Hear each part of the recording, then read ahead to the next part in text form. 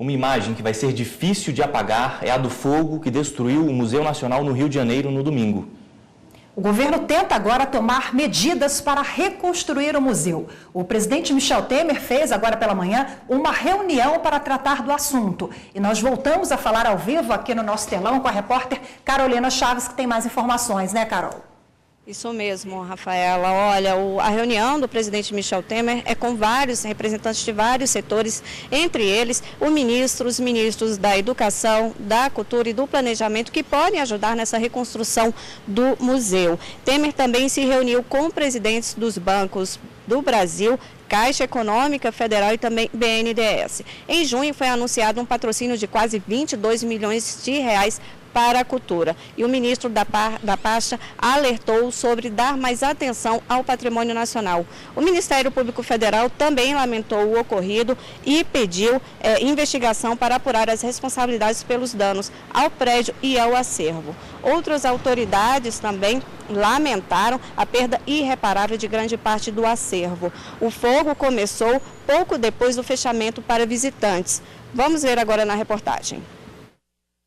O fogo começou por volta das 7h30 da noite do último domingo e só foi controlado na madrugada de segunda-feira. O Museu Nacional abrigava cerca de 20 milhões de itens e quase nada resistiu ao fogo. Fósseis, múmias, registros históricos, tudo virou cinzas. Um museu com 200 anos e valor incalculável destruído em algumas horas. O Corpo de Bombeiros tentou minimizar o estrago e recebeu a ajuda de funcionários e historiadores para combater as chamas e impedir que elas chegassem a um local com produtos químicos, alguns inflamáveis usados para conservar animais raros. Apenas 4 vigilantes estavam no local, mas conseguiram sair a tempo. A Polícia Civil abriu inquérito e a investigação será conduzida pela Delegacia de Repressão a Crimes Ambientais e Patrimônio Histórico da Polícia Federal para apurar se o incêndio foi criminoso ou não. O museu foi criado por Dom João VI e este ano completou 200 anos. Ele também foi residência de um rei e 2 imperadores e a sede da primeira Assembleia Constituinte do Brasil. O local reuniu dos maiores acervos etnográficos, arqueológicos, científicos e culturais do país. O diretor do museu, Paulo Canus, lamentou a falta de política para preservar a história do Brasil.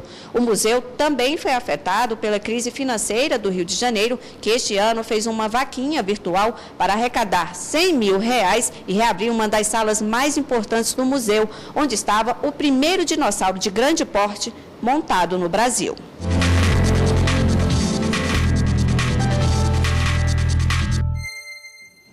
Quem está aqui hoje com a gente é a museóloga e professora da Universidade de Brasília, Andréa Considera. Obrigada pela participação. Boa tarde para a senhora. Boa tarde. Boa tarde. Bom, nós vimos aí imagens, dói, né? Dói assistir isso de novo.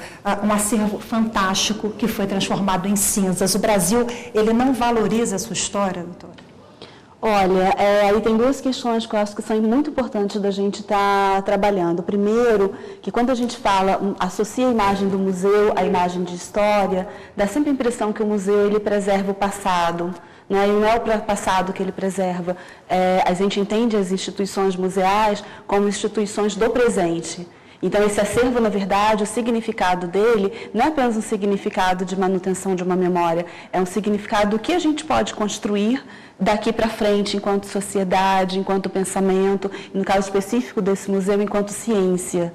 Eu acho que esse é o ponto principal dele. E o que significa essa perda de quase 20 milhões de itens para a nossa história, para o nosso patrimônio? Como que fica daqui para frente?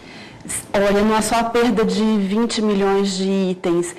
Que itens são estes? A gente tem aí, nós perdemos, na verdade, o que a gente perde é a história do museu mais antigo do Brasil.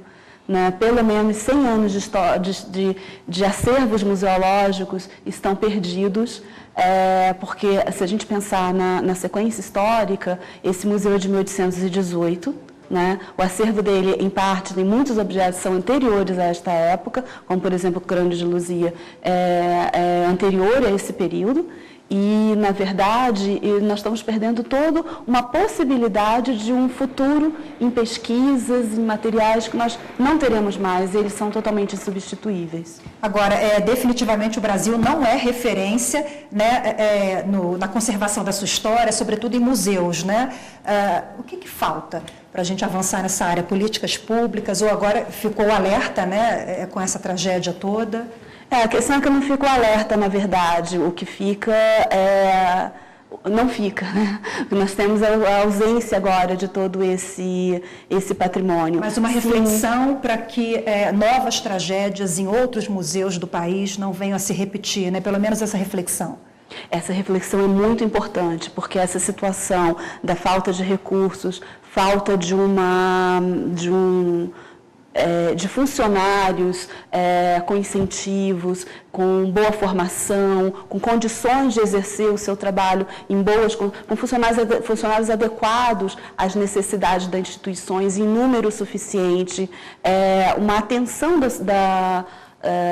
e aí eu não digo só da estrutura administrativa no geral do país, mas também desses funcionários que são necessários, são importantes, eles existem no país, mas nem sempre eles são considerados importantes quando se faz uma política de gestão dessas instituições. Acho que muita gente está se perguntando se isso pode acontecer com outros museus brasileiros que talvez estejam nessa mesma situação de precariedade, de falta de orçamento, de limpeza, de novos funcionários, de segurança. Isso pode acontecer com outros museus brasileiros? Sim, nós estamos na iminência disso acontecer com uma série de instituições que passam por esse mesmo problema de falta de recursos, falta de pessoal valorizado dentro da sua instituição, não digo nem capacitado, que hoje a gente tem muitas formas de capacitação desses funcionários e eles buscam isso, mas falta de recursos no dia a dia para se trabalhar e dar conta de tudo isso. Ok, Andréa Considera, mais uma vez, obrigada, museóloga. Doutora, obrigado pela participação.